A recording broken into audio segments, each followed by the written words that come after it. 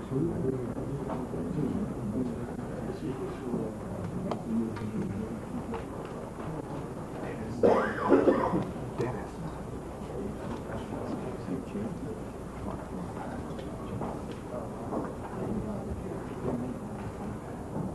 would also now like for those who are here with the administrator from NASA, those who came down from headquarters, if you will you please rise and let us recognize you for your contributions.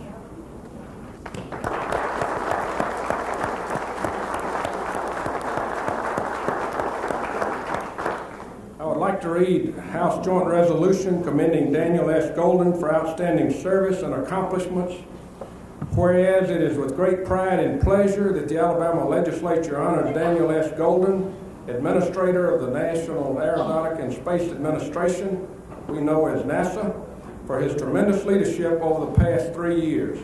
And whereas a native of New York, Daniel S. Goldin, who earned a BS from City College of New York, was previously the Vice President and General Manager of TRW Space and Technology Group, and under his leadership, the group won numerous awards and earned widespread respect and admiration.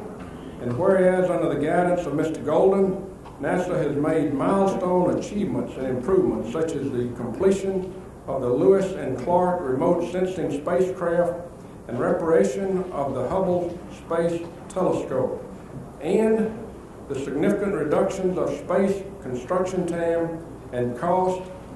And whereas Mr. Goldin furthermore orchestrated a fundamental redesign of the space station, introduced 21 new, faster, better, and cheaper high-technology projects, and promoted a new partnership with Russia. And whereas Daniel Goldin has been recognized for his outstanding achievements as the recipient of the Meritorious Award for the National Association of Small and Disadvantaged Businesses and the Rotary National Space Award, and he also named a 1995 Fellow of the American Institute of Aeronautics and Astronomics, Fellow of the American Astronomical Society, and a Fellow of the Institute for the Advancement of Engineering, and among others too numerous to mention. And whereas Daniel is a devoted husband to his wife Judith Kramer Goldin, and they are the proud parents of 2 daughters, now therefore be it resolved by the Legislature of Alabama, both houses therefore concurring, that we hereby highly commend and the tremendous dedication and accomplishments of Daniel S. Goldin of NASA, and do furthermore direct that a copy of this resolution be provided as evidence of his appreciation and esteem. At this time, let me ask you to please join me in welcoming Administrator of NASA, Daniel S. Goldin.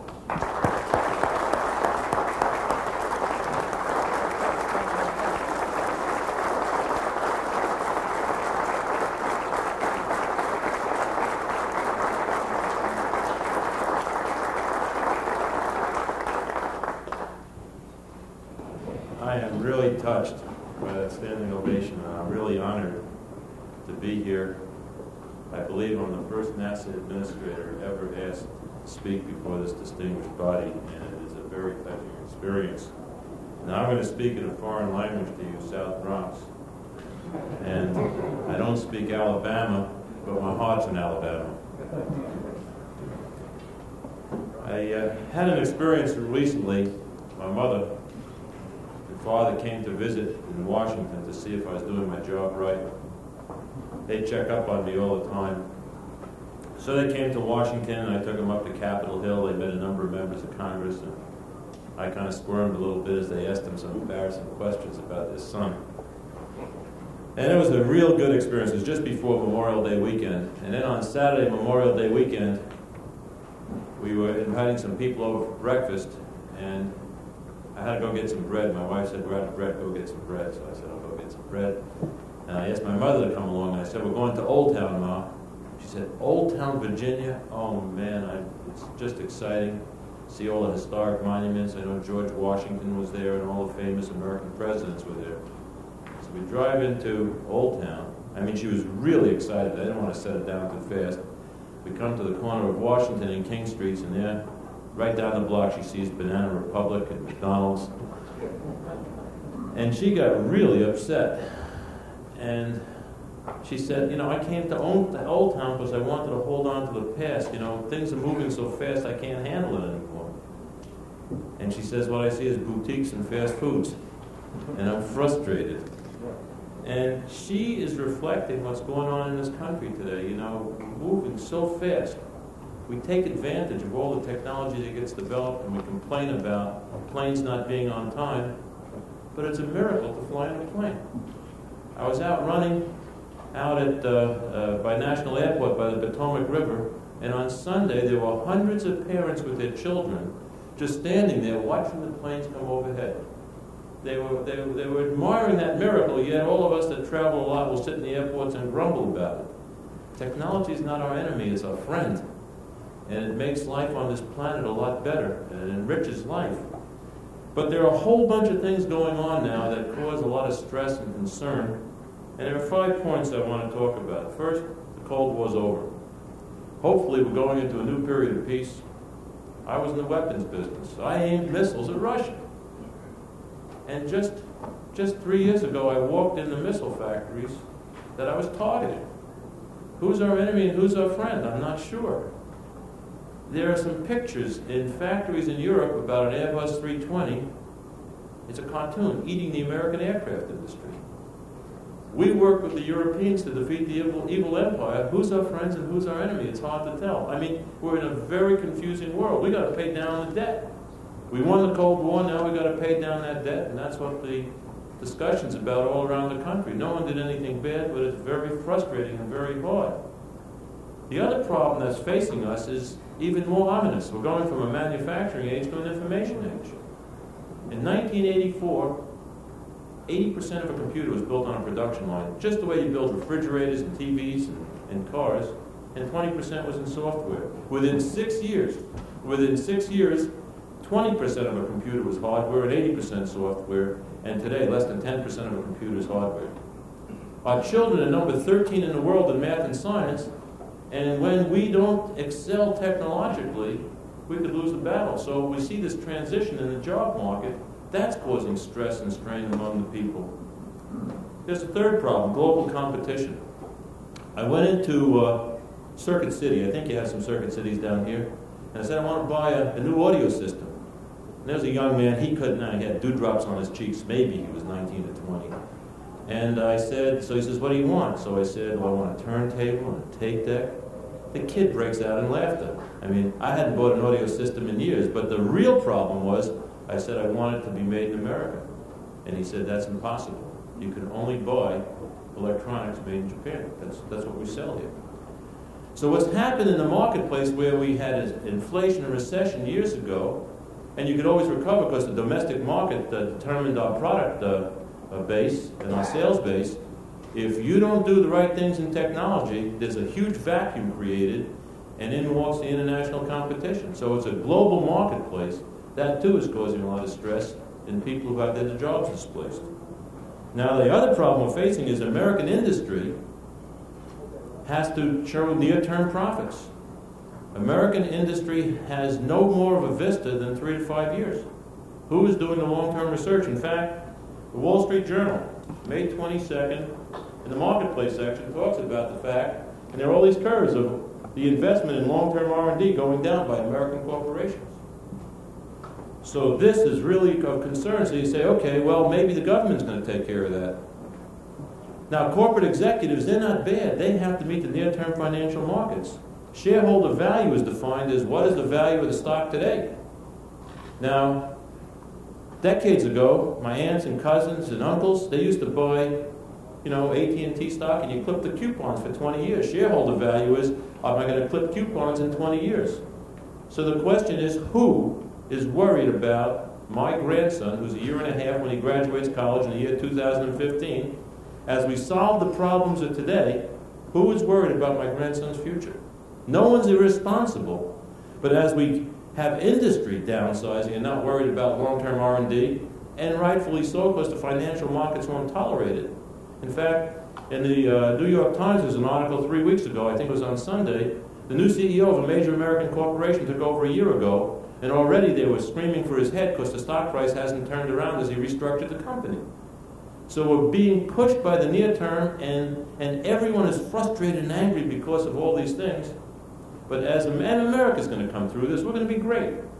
But as we go through this transition period, the next 5 years, and try and survive in the present, we can't let go of the bubble of the future. And now, we're going to balance the budget. The President and the Congress agree on it. It's just a question of how fast we do it and what elements we go at it. But in that process, there's no real debate about the fact that the R&D budget is being slashed.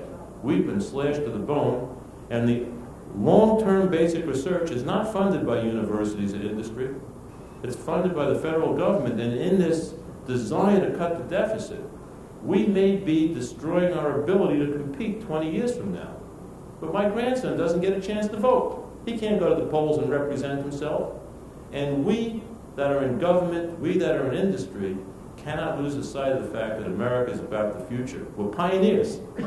We pioneered the development of this country. We pioneered developing new products. We won wars. We protected the world. But we can't forget about the future. So if you get one message out of what I'm saying here today, we all got to work together. The United States is spending less money than our competitive countries in R&D. The President set a goal of 3% of gross national product for R&D. This is what Japan's doing. You go into an American corporation, they have a 5-year strategic plan. You go into Japan, they have a 25-year strategic plan. They have a map, they have a vision, they know where they're going to go. Now, we could beat them, but the summation of corporate R&D and federal R&D has got to equal something on the order of 3% of gross national product, or our grandchildren and children are not going to have jobs in the future. Now, I want to tell you, today, Alabama understands the impact of R&D. You're number 11th in the nation in terms of federal R&D that's spent here, $2 billion a year. No one spends more, or invests, I shouldn't say spend, invest, because you have the quality people here. No one invests more in R&D in Alabama than NASA, other than the DOD. We invest $850 million a year in cutting-edge R&D right here in Alabama. And in terms of universities, you have real good universities, quality universities. We invest $25 million a year in the universities. And in fact, just 2 weeks ago, we awarded a $5 million grant to Alabama A&M to do advanced research in hydrology, soil climatology, and remote sensing.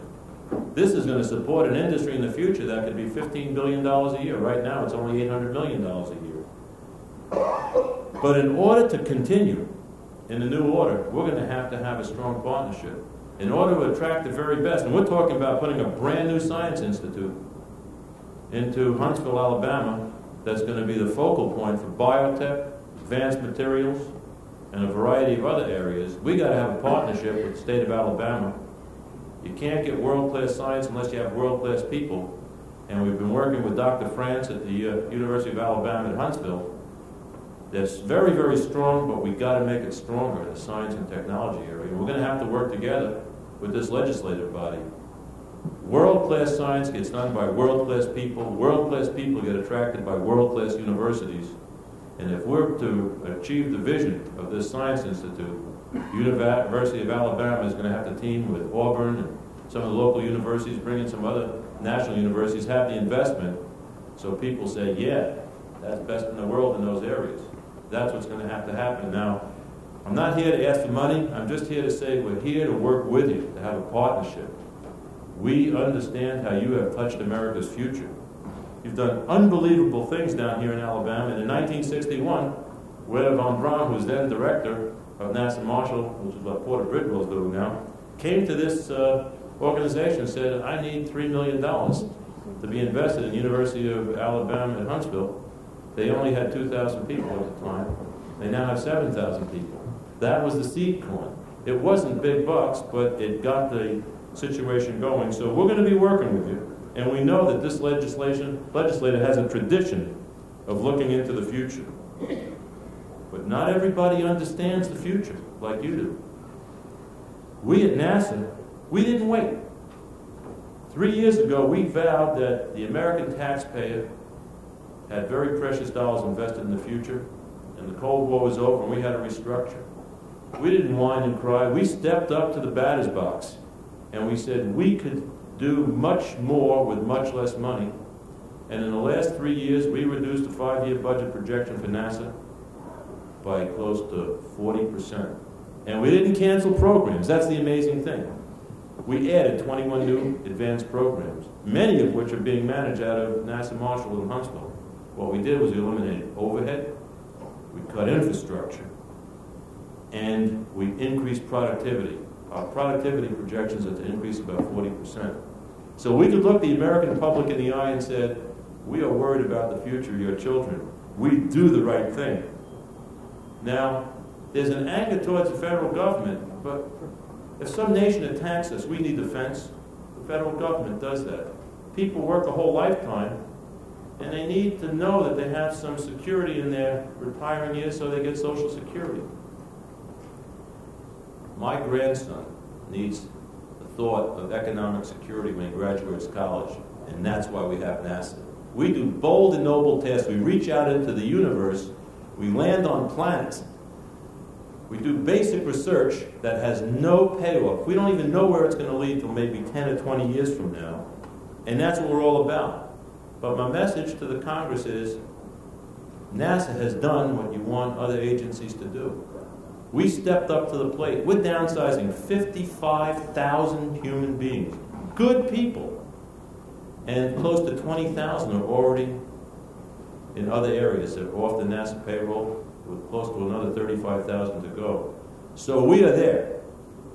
And I know everyone has the intention of doing the right thing, and there are good people in the Congress. But my message is, you can't cut that NASA program much more without losing the whole thing. We are at the edge. And I tell you, my heart goes out to these wonderful people that are working here. People think of federal employees as in a very bad image. It's not good. These are patriots. I go out there after hours. The cars are in the parking lot. Out at NASA headquarters, 8, 9 o'clock at night, I see these people working because they're committed to the future of this country. But we're there. We're at the edge. We're at the limits. We can't do much more in terms of cutting. And I truly hope and pray that the Congress understands that we've done the thing. And it can't be, what have you done lately? They have to take a look at every program the nation has, and R&D. Basic research is the future. It's the hope for this nation. I'll give you a couple examples. In the next 15 to 20 years, there's about $1 trillion of long-haul jet transport aircraft sales. In the late 60s, the Europeans said by the turn of the century, we want to have 50% of that market, and they had but a few percent. They're over 30% right now. And they're on a path to have close to 50% of that market. Each point of market share is worth $10 billion worth of business. There are some bills on the floor of the House, and I think even the Senate, to cut back on the aeronautics program at NASA. So while the other countries are stepping on the accelerator, America's stepping on the brakes, and there's this concern, and I share that concern. There's a concern that it might be corporate pork. It is not, let me assure you. We don't subsidize the industry with tooling. We don't subsidize pricing. We don't subsidize manufacturing. We do pre-competitive research. In 1979, NASA started working on quiet engine technology, basic research. We had no idea where it would lead. And I'm proud to say that just a week or so ago, Boeing launched the 777. They invested close to $7 billion in that plane. They took a huge risk. They wouldn't have been able to bring that plane to market had we not done some research. The engines on that plane are so quiet, it took off, and the people watch it took off, it turned around, and by the time it passed them, they didn't see it. You know, when you hear a plane, you think you want to hear noise. When you see a plane, you listen for the noise first. That plane is going to bring in billions of dollars of business to this country. The wings were tested in the NASA wind tunnels. Those wings have given fuel efficiency that are beyond results, beyond belief. Are we going to step on the brakes, or are we going to step on the accelerator? This is a partnership that started in 1917. It didn't start just a few years ago. Field robotics. I was talking to some people that are setting up a new factory in Decatur. I was going to say Huntsville, but it's Decatur. And they told me about how they're building the factory, and it brought me to the thought that you can't go into a modern American factory today and see very many robots built in America. We lost the fixed robotic wars. I defy you to go find some real large quantities of fixed robots built in America. There's a new robotic war that's going to break out internationally. It's called field robots. These are these little mobile robots that'll do dangerous environmental tasks, put up buildings, bridges, even do agriculture. Does America want to lose those robotic wars? NASA is on the cutting edge. We are going to launch a probe to Mars next year. We started the program only 2 years ago. We have one of the smartest, advanced robots that are going to land on Mars. It has an ability to see and think. No commands from Earth. It'll go over that Martian surface, and with laser beams, it'll figure out where all the rocks are. Its brain will decide whether the rocks are too big or too small, so it could go over it, around it, or under it. This is what NASA's about. We don't know what kind of field robot is going to be developed in this country because we went to Mars. But we're going to Mars to understand the formation of our solar system, to inspire young people. But 10, 20 years from now, America might own a major share of a $15 billion a year industry, hopefully with jobs in places like Birmingham, Alabama, Huntsville, or other places down here, and just around the country. Advanced electronics. We lost the analog wars. Are we going to lose the digital electronic wars?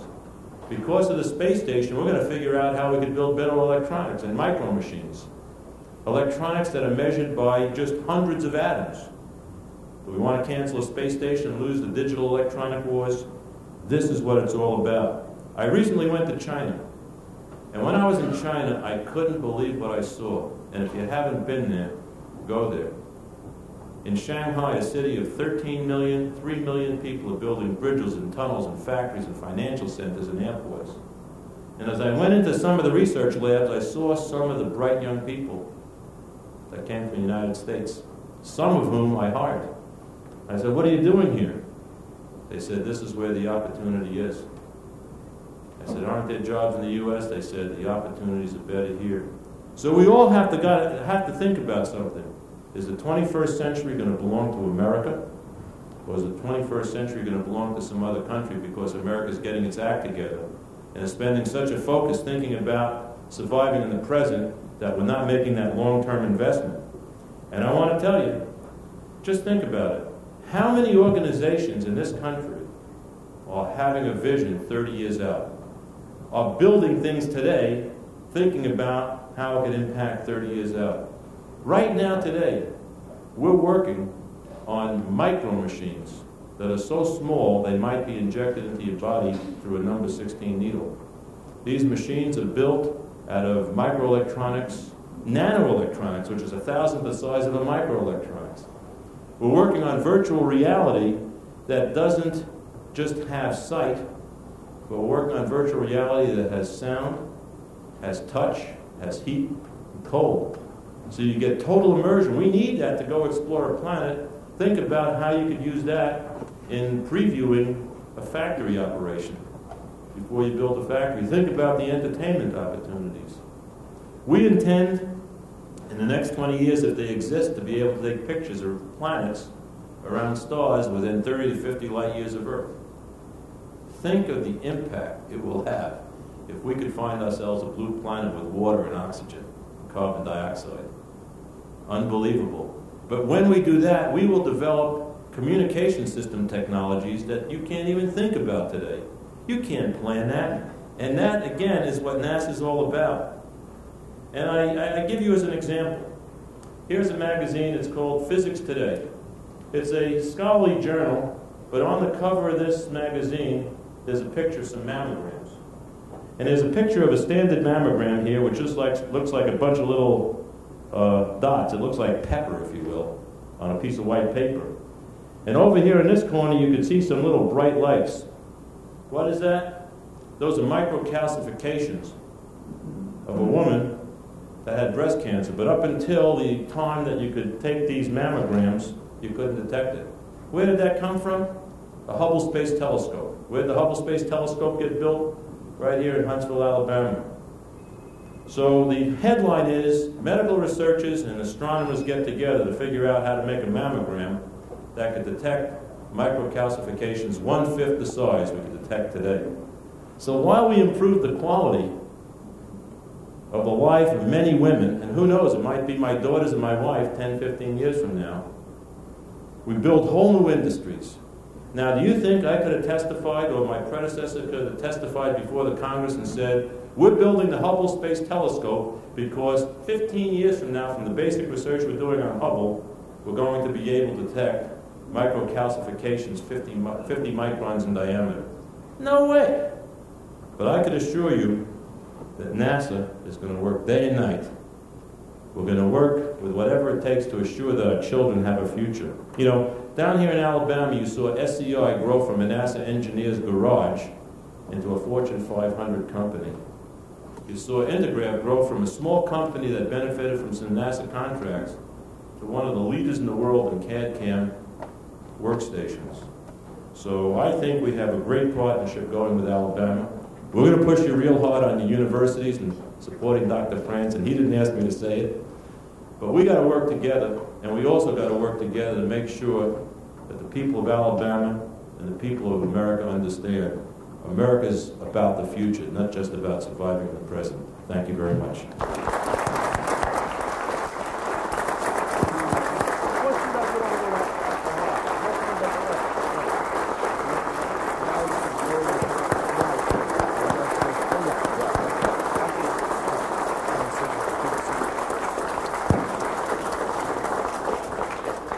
Seeing my friend of 25 years, Giles Manchin, in the audience and listening to this speech, I'm combining a little politics and government, but I would ask that each of you take the message that you have heard back home with you to the coffee shops, to the civic clubs, to your churches, write letters to Senator Shelby and Heflin and to the President of this country.